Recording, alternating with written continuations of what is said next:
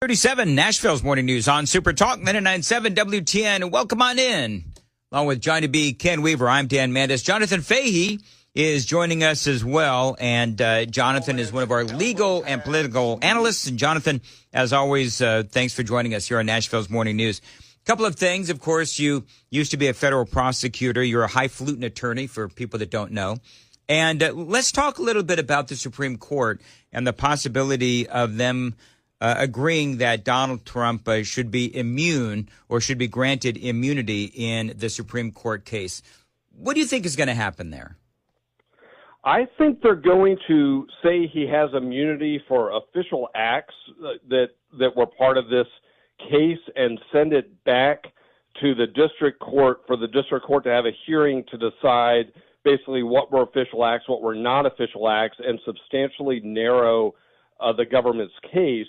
And also, once it does that, and this judge does not seem to be particularly favorable to Donald Trump, so if she doesn't do it in a way that is in line with what the Supreme Court wants, Donald Trump will be able to appeal that again. So I think the net effect of this is, one, going forward, there'll be some sort of presidential immunity, which I think is a good thing, because you don't want to see what's happening with Donald Trump or any other president once they leave office if their opponents trying to prosecute them.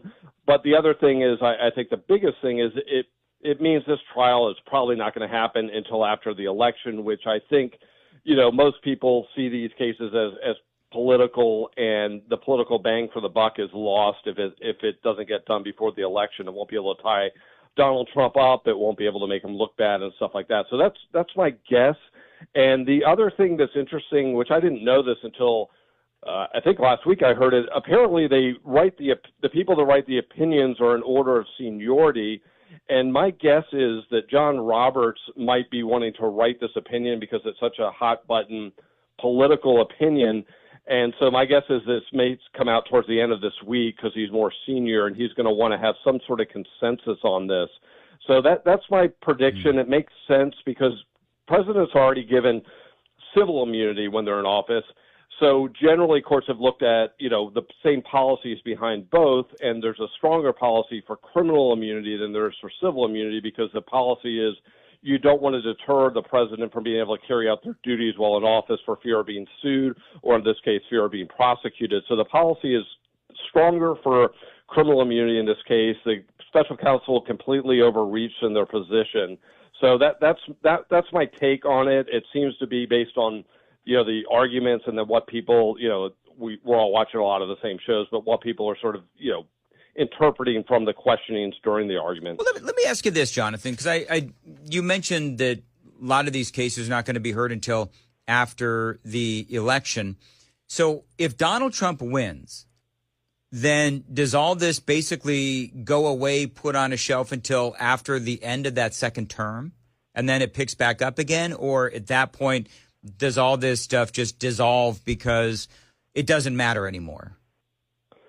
I think you can, if Donald Trump wins, I think what would happen is probably the Department of Justice, who's prosecuting this case under the new administration, would dismiss the cases against him, and they dismiss them with prejudice, meaning you could dismiss them without prejudice, meaning you could bring them back.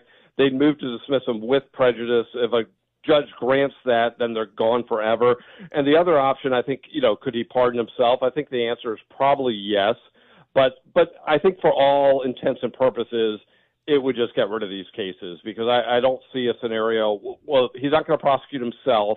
And then 4 years later, I just don't see there being the same appetite for it, even if there was a new Democratic administration. But he has a couple ways, I think, to permanently get rid of these cases. But I just think at some point, particularly if he wins, the Democrats are going to maybe change strategies and maybe try to focus on policies and other stuff rather than this hyper focus on, Donald Trump, and I guess abortion is the other thing they talk about. But, I think at some point they might just say, hey, we've taken a political hit on this. It's not working. We should pivot away. It's interesting you mentioned abortion because you've got, it seems to me like the Democrats are actually being dishonest about Donald Trump's opinion on abortion, and this will no doubt come up in the debate.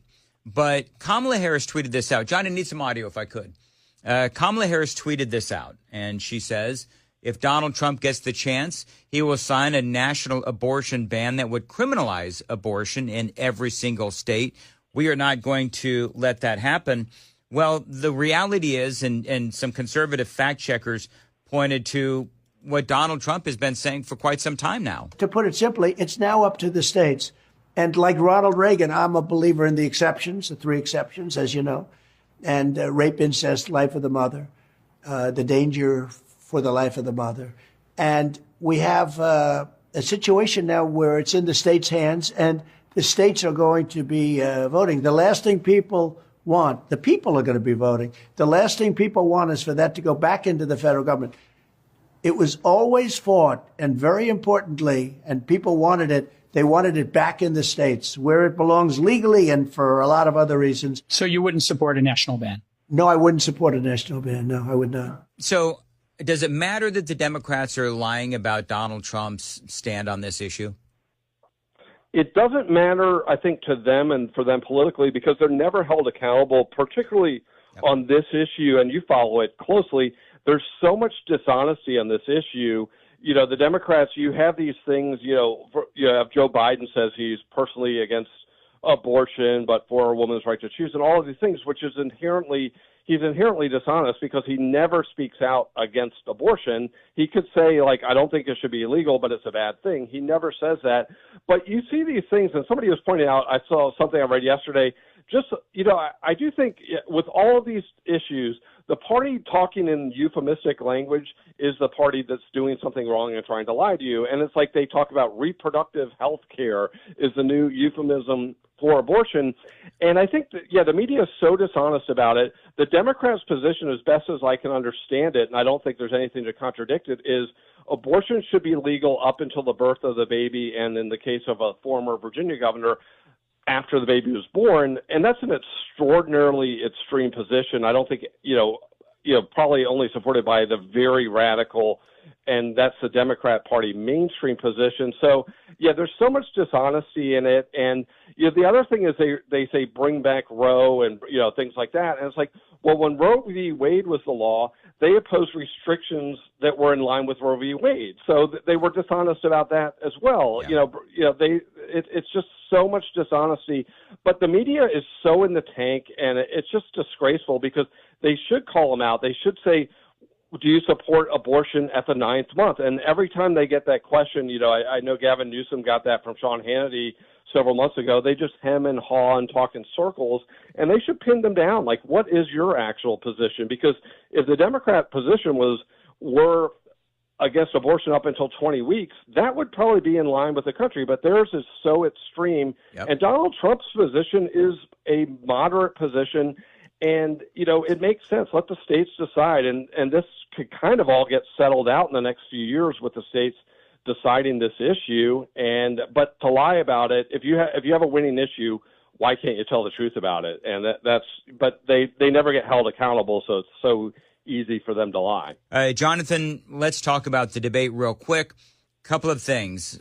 One, the bias of the moderators is something that everybody mentioned initially, but now it really has come into full focus here a few days before the debate because we saw what happened on CNN where they cut off one of the Trump campaign spokespeople because she was trying to call out the biasness of Jake Tapper and Dana Bash. And that really has brought the biasness of the network into full focus. And now you have all of these montages of Jake Tapper and Dana Bash saying the most gosh-awful things about former President Donald Trump. And by the way, a lot of the things that they said in retrospect turned out not to be true. How big of a deal is the biasness, the obvious biasness of the moderators in this debate? I don't think it could really be that, overstated how much they will be in the tank for Biden and how much they are in the tank for him now. And it's just funny that hissy fit the CNN anchor had yesterday just shows it all, because this idea that the media should be able to criticize everyone, call out their dishonesty, do all the fact checking, but then they're so beyond reproach that you can't even criticize them in a mild way is absurd. And I think the American people, whenever you see those polls of like 27% support the media or, trust the media, I think it's well earned, and 27. It's surprising it's that high, but I think it's going to be very favorable to Biden. But I think the thing he can't get around is he still has to be able to speak coherently, and if it's 100% gibberish, I think it's going to be tough for Biden. But the questions are going to be loaded of January 6th questions, threat to democracy, these convictions, a very abortion-friendly question, an immigration question that will be set up for him to say, why didn't we pass the bipartisan bill, that type of thing, as opposed to pointing out all the things they did to encourage the open border, open the border, fight people they're trying to enforce immigration laws, lie about their own agents. They're not going to get those questions. But I think when people watch these things, I think it's, you're going to watch two people side by side. And, I think it's a big deal. But if Donald Trump could stick to the issues, and Biden it's going to be all personal attacks, and we've seen it his whole career. People try to act like, Mr. Empathy and all this stuff when he ran. But if you look at his whole career, it's always the lowbrow personal attacks. He did it with Paul Ryan. He's always just going for the sort of these, he can't talk about the issues. So it's going to be personal attacks on Trump, and it'll be interesting how it's portrayed. But it's kind of funny. We're all watching to see if he could stand for 90 minutes, or if he could speak coherently. And it's like, this is the president of the United States. The fact that we're asking these questions is amazing to me. It's like that should be a given, that this guy should be able to stand up for 90 minutes and speak coherently and thoughtfully about every issue facing the country. And everyone knows he really can't do that. He has to take a week off work to prepare for something that's part of his job. And 16 advisors too. Jonathan, let me ask you real quick, a couple of things rapid fire. So do you think that it is a good thing that the microphones are going to be cut off, where if Biden is speaking, Trump will not be allowed to interrupt and vice versa? Do you think that's a good thing? Yeah, I think so. I think people want to just hear from the candidates, and I think having some structure to these things is probably helpful for Donald Trump, and it's also helpful for the viewers at home just to hear them side by side, provided they get a chance to do rebuttals on misstatements and things like that. I think it's a good thing. You think so? I believe that it is a good thing because, and I've noticed this, and I think maybe I've spoken to you about this before, but when Biden starts getting lost and he starts getting glassy-eyed and starts meandering, then if you go after Biden, like we saw at the State of the Union with Marjorie Taylor Greene, it sort of snaps Biden back into place. Where Biden gets in trouble is when he just sort of starts, mumbling, and there's nowhere for him to go and nothing to react to. I think it's a good thing for Donald Trump to just sit back and let Joe Biden bury himself. With all the focus, Jonathan, on the biasness of the moderators, do you believe that now that the Trump administration, the Trump campaign have called out the biasness, do you think that will force them to be a little more unbiased with Dana Bash and Jake Tapper? They'll be more unbiased as they, go through the debate and execute the debate? I think probably marginally. It certainly was good to put them on notice and to let them know they're being called out. And I think CNN has a great opportunity here. It's like, do they want to reestablish themselves as a credible news organization, or are they just going to be MSNBC light? So I think there is a chance. I still think it will be incredibly biased, but I think this might rein them in slightly. All right, 6:51. Jonathan, always great to have you on. I want to have you back on the day after the debate so we can have some, post-debate analysis, and always appreciate having you on Nashville's Morning News and Super Talk 99.7 WTN.